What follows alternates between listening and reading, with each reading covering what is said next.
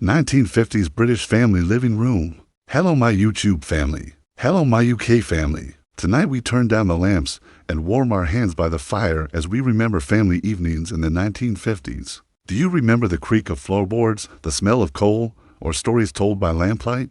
What did your living room look like in 1954 or 1957? An armchair with a whereupon throw, a radio on the side table, or a mantelpiece with treasured photographs? Stay with me. I'll share a small, familiar memory at the end. The 1950s living room is the heart of the home. After dusk, families gather. Parents mend clothes, children do homework by a single lamp, and grandparents quietly knit while the radio brings distant dramas into the room. Television is for special occasions. Most nights are for conversation, recipes passed down, and small domestic rituals. The fireplace is more than warmth.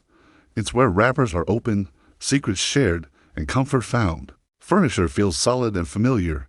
Heavy armchairs with patterned fabric, a polished sideboard, and curtains that soften the street noise. Toys are simple, wooden soldiers, a tin train, or a rag doll on a shelf. Supper might be stewed fruit or a roast left from Sunday, and biscuits shared with tea.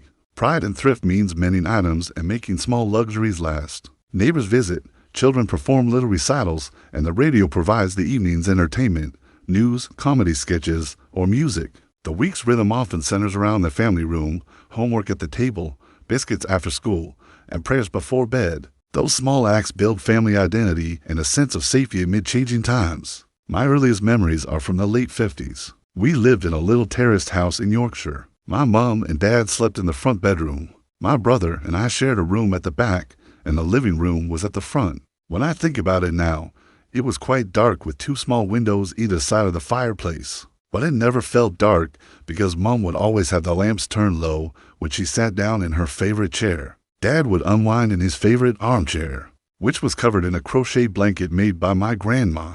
This was our signal that it was story time. The two lamps in the living room cast long shadows across the floral wallpaper as Dad told us tales of his childhood in Scotland. As he spoke, I would gaze at the flames dancing in the fireplace and imagine myself in a faraway land. It didn't matter what he read, whether it was from a book or the newspaper. Everything sounded exciting with the crackle of the fire adding drama to his voice. When I was a bit older and tucked up in bed, I would listen to the sounds drifting from the living room. The murmur of my parents' voices, Dad's booming laugh, followed by Mom's gentle shush, and then the quiet rustle of the wireless as they listened to their favorite show.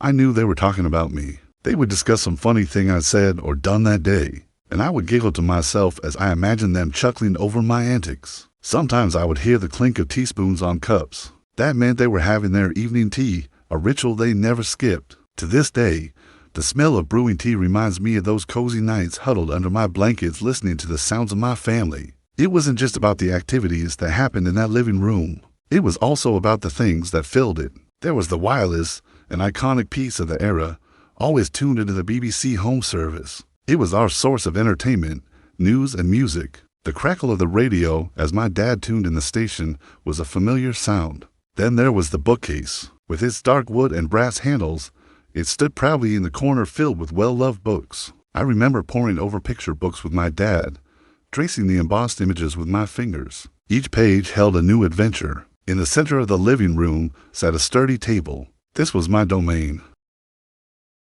When I was doing my homework, the table was a battlefield of books, pens, and paper. My dad would often join me there, not to help with my sums, but to sharpen his pencils. He had an unusual habit of keeping his pencils sharp. You see, Dad liked everything neat and precise, but he hated getting up to sharpen his pencils. So he kept a small sharpener on our table and would sharpen his pencils throughout the evening while chatting with me about anything and everything. Above the fireplace hung a large mirror framed by intricate plasterwork. In the mornings, I would rush to the mirror to check my hair, hoping to see a grown-up looking back at me. But all I saw was a child staring from a bygone era. The fireplace itself was a source of endless fascination for me. The grates were always filled with logs and coal, and I loved helping Dad open the damper to let the air flow.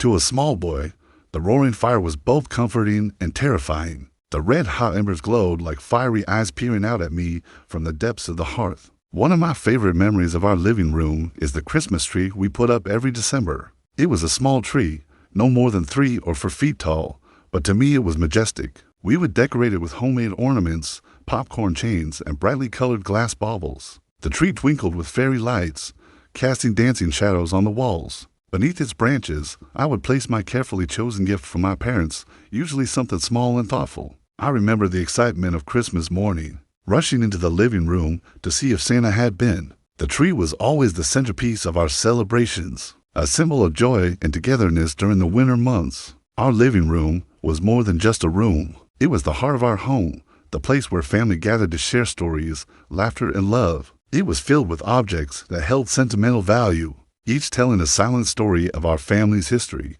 The furniture may have been old, but it was sturdy and comfortable, offering a sense of familiarity that was comforting. The walls may have been bare, but they were adorned with pictures that held more value than any artwork. My parents' wedding photo, my brother and I on our first day of school, and the portrait of an unknown sitter that hung above the fireplace, each image a cherished memory frozen in time. As I grew older, the living room became my sanctuary. When I came home from school, it was the first place I would go to relax after a busy day. I would flop onto the sofa and take out my comics, or sit at the table and do my homework. The quiet hum of activity was a welcome change from the noise of the classroom, and as the sun set, I would curl up in an armchair and read a book, the soft light of the lamp casting long shadows around me. As the years went by, the living room remained a constant in my life, a place where I could escape from the outside world and just be myself. It was a place where I could be comfortable, relaxed, and at ease. The 1950s living room reflects a time when families valued simplicity, community, and tradition. The focus was on creating a warm and inviting atmosphere where family members could come together and enjoy each other's company. The absence of modern distractions allowed for deeper connections and meaningful conversations. These living rooms were often filled with homemade crafts, family photos, and personal touches that reflected the unique personality of the family living there. The emphasis on practicality and resourcefulness led to thrifty habits such as mending clothes and reusing materials, which not only saved money, but also instilled a sense of value and appreciation for what one had. Overall, the 1950s living room was a reflection of the values and priorities of an era that placed great importance on family, community, and tradition. Now here is a question for you. What object in your home takes you back to a specific memory or time period? Please share your thoughts below. Thank you for joining us on this journey through time. If you enjoyed this video, please don't forget to give us a thumbs up to stay updated on our latest adventures. And if you've ever wanted to learn the Quran or improve your understanding of Islam, you can download the Seek Allah app on your mobile device. Until next time, goodbye.